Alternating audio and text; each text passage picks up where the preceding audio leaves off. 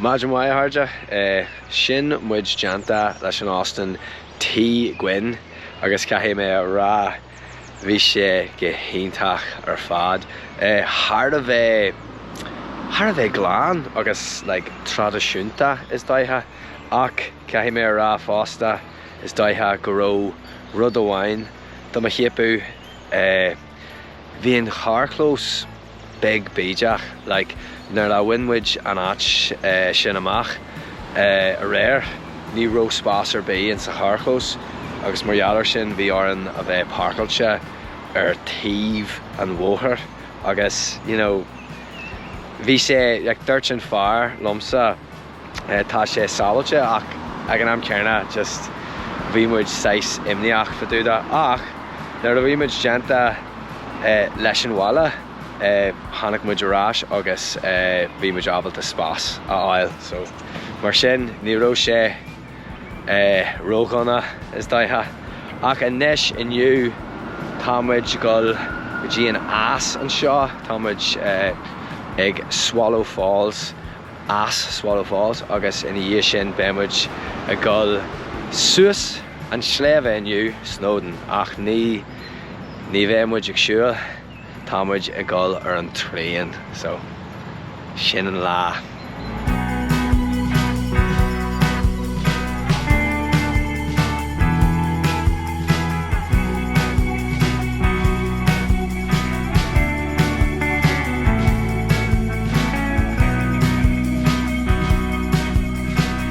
Tá sé ámhar.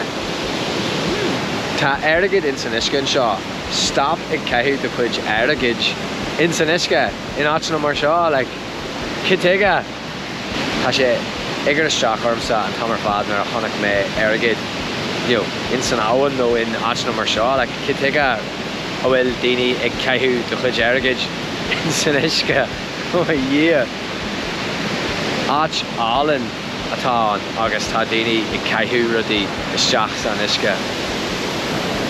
Na bí amadeach bí buchasach.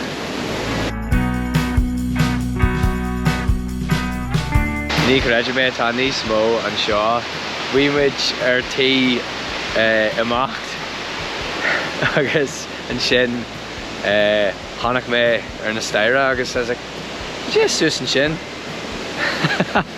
tá ráirc níos fearr is fiú inis chéad faoin gcéad bhí sé 6 punt a bheith an seo dicuid as an charclós agus an sin bhí sé 2 punt in aghaidh an duine.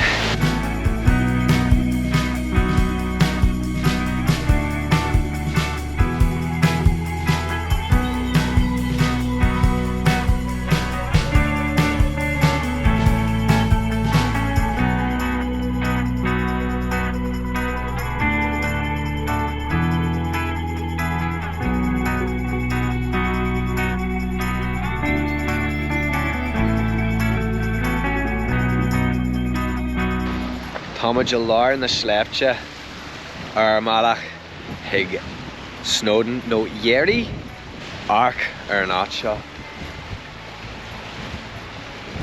De chreite ar fad agus an amsir atá agén inniu ar dóid ar fad.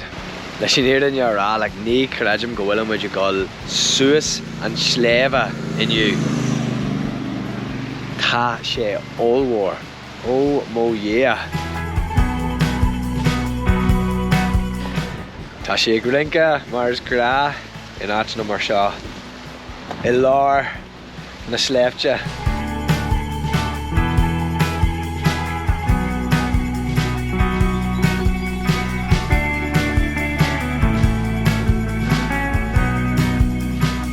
Tá muid ag an stáisiún trénach inis ach tá muid gitabeg níos lua na a cheapmuid. Ní muid a gáil suas an cric go dtí a 2:00 ach cheapmuid go raibh muid a gáil ag a 1:00. Margheallar sin ní grim le hithe agén agus an sin tá cúpla rud le deanú in san áit seo mar sin be muid a gáil go dtí an as in sa bhla seo.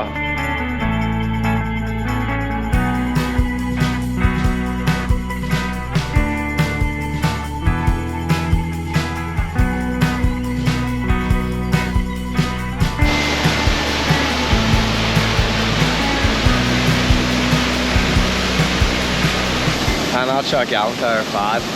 Tá sé bhád níos fearr na cheapmuid ach tá muid bósásta go bhfuil am agin a gcuil an seo.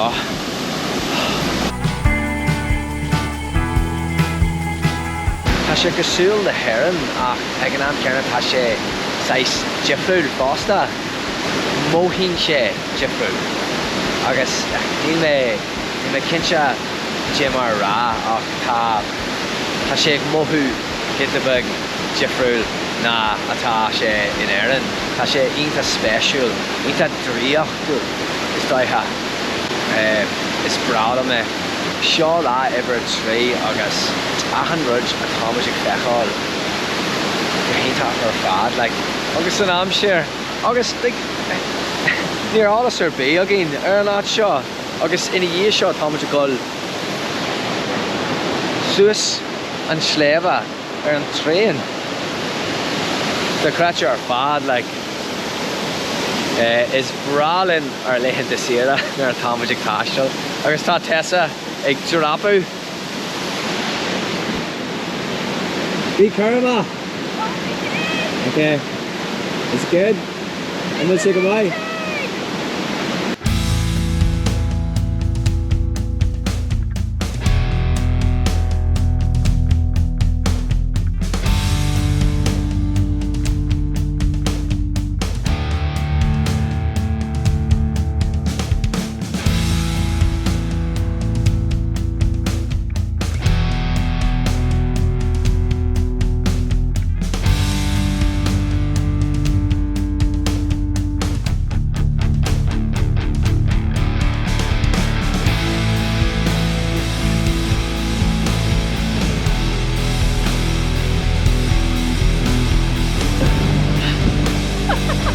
That is some wind.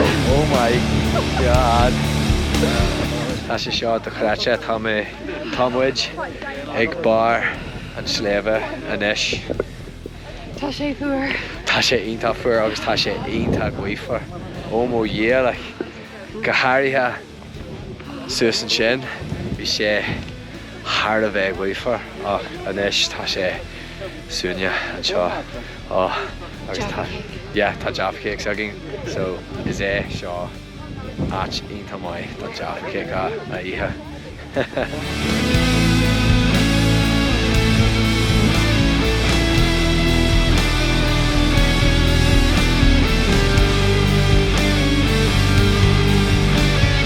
Seo é an tríon agus fuairmuid cafe fásta. Tá cafe an seo ag bar an sléibhe agus tá sé ar dóid agus so fuairmuid cúpla cupán cafe agus inis cúpla bhumaite caithfí muid a gcuil arás go bun an sléibhe agus an sin bé tiomant iontach fada agin an na deanú agus níl muid ag súil go mór leis caithfí muid tiomant ar fáil 3 uair an chloig agus mar dheallar sin caithfí muid tiomant cho lua agus is féidirlinn ar tá muid ag bun an sléibhe. Móithín muid go de beag léisciúil leis an éireann rá i gcuil ar an tréin ach ag an am cearna is fiú é.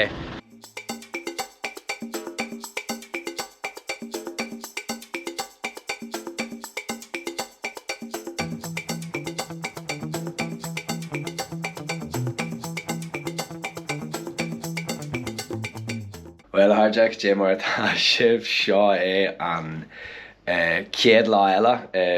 Ina dhé an tréin bhí muid chó tarseach, bhí muid thar a bheith tarseach. Bhí áran tiomant ar fáil 3 uair an chloig go le agus mar dheallar sin ní raibh ag géirí a bheith ag taifeadú nó rud a bhí eile ach Aye, winmuid an áit seo amach a réir seo an dóbhré siadam ach is áit ionta Alan fásta. Agus tá muid ag fánacht in San Austin seo the King's Head agus bhí sé ar dóigh ar fad an stíl atá ag an áit seo an lába agus an dath ar an bhála sin go hálan ar fad. Agus bhí breicfast agin ar maidin chomáile sin agus anis tá muid ag amacht bu muid go tembi inniu so Rih sin tá muid ag stopú ag Caisleán ar Malach agus bé muid ag tembi i cúpla uair ó anis.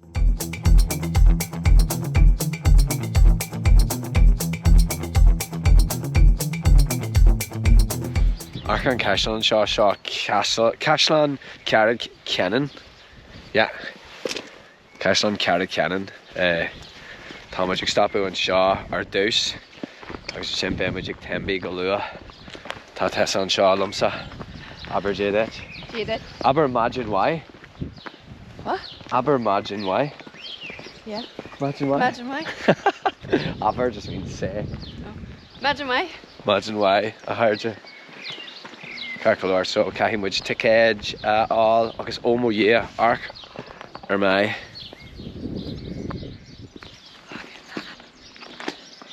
Stay there and point up again. Yeah, that's like the thing. Sin our thumbnail. Tá seans. Go mé sé sin our thumbnail. Arcar sin códrámatach. Céhéntach ar fad agus inis bé muid go Suas an Cric ag an Caisleán.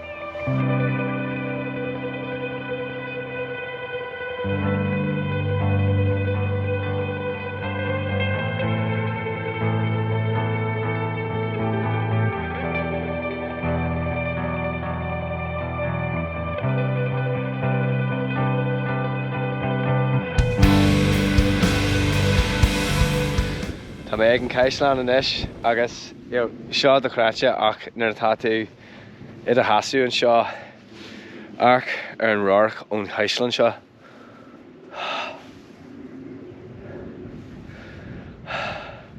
Go hálan ar fad tá muid ar bhain amach ar éis agus ní raibh álas ar bí agin ar an áit seo ach rinne Tessa agus ChatGPT plán ar an turas seo agus bhól ChatGPT an áit seo agus leis an éireann ar rá tá mé hósásta a rinne sé. Just de chráite ar fad ó agus an roirc an seo fásta agus tá Tessa an seo tá sí a ból. Can you go down underneath? Not unless I go on my hands and knees, I'm not doing that. Oh my arc an seo.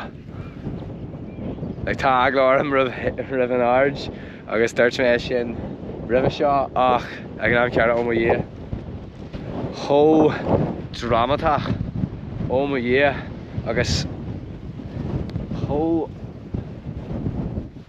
ard fásta oh my tá sé allmhór.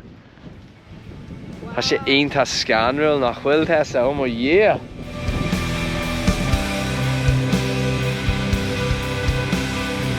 This apparently is the latrine outlet, so all your waste came out here. How many years of people pooping did you just touch there? Oh god, she just touched it all. No!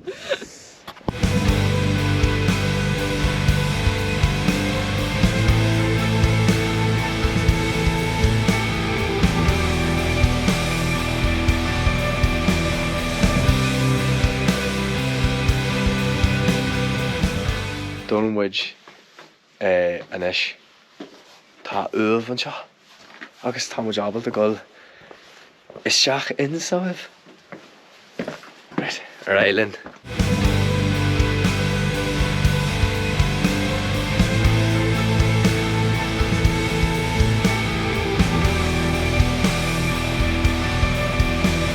Seo é an sléisteach caiimiid fánach tá mé tá skeisi mí orm.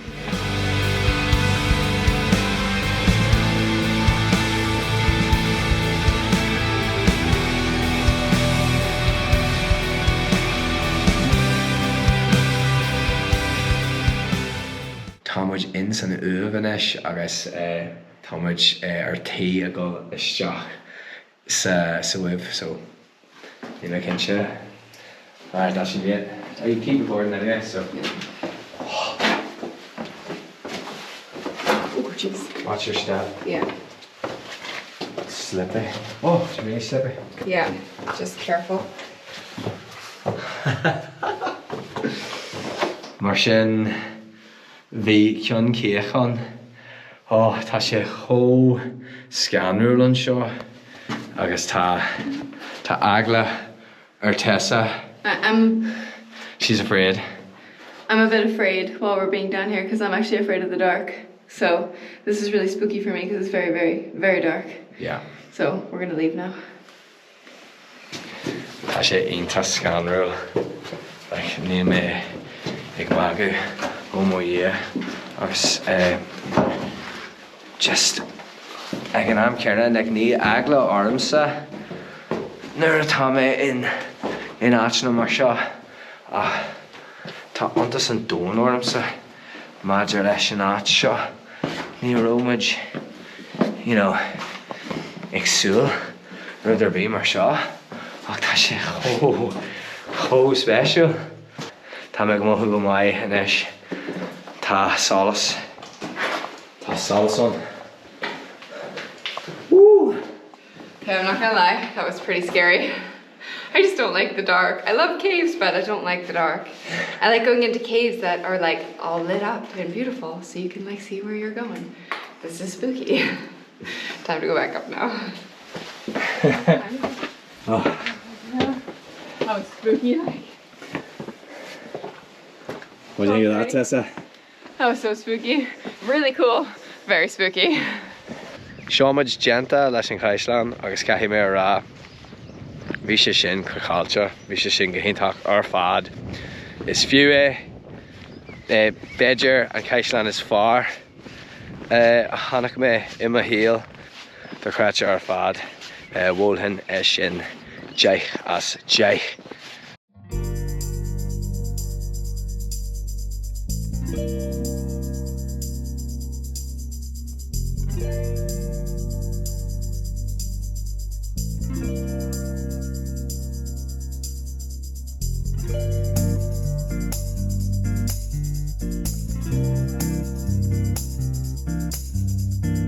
Circular támuid in Tembe inis agus támuid in dhé gitabag bia aithe fuamuid iasc agus scilógaí agus bhí sé chó blasta agus inis támuid in céirí cafe all. Tessa? Yes. Ar bhaile cafe? Bawailam cafe. Let it haul. Ho! Ar island.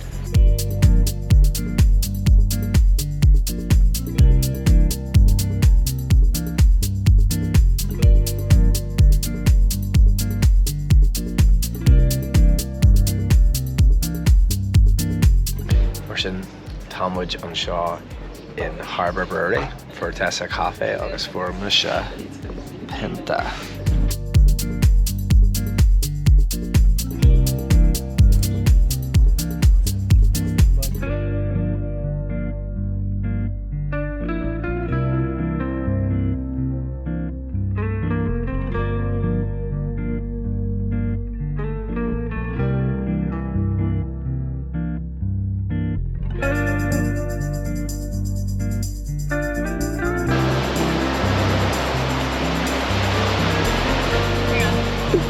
Run past, yeah.